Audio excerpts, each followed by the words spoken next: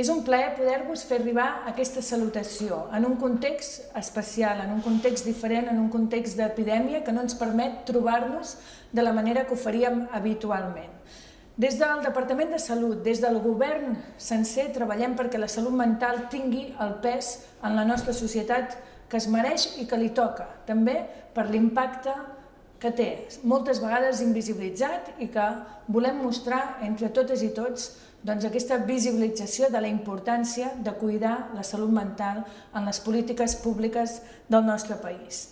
I això ho farem amb aquests 3 eixos que vosaltres heu demostrat sempre, aquest compromís, aquesta iniciativa i també aquesta constància. Constància dels darrers 20 anys que porteu organitzant un congrés que tindrà lloc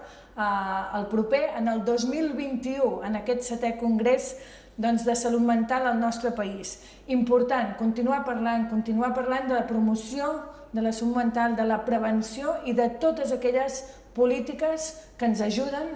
a tenir una millor resposta a les persones que pateixen i una millor resposta a la societat en general. També la iniciativa que heu demostrat i la iniciativa que demostreu en tot el que esteu plantejant per ara. Hem intentat també des de govern respondre a la vostra iniciativa i incorporar també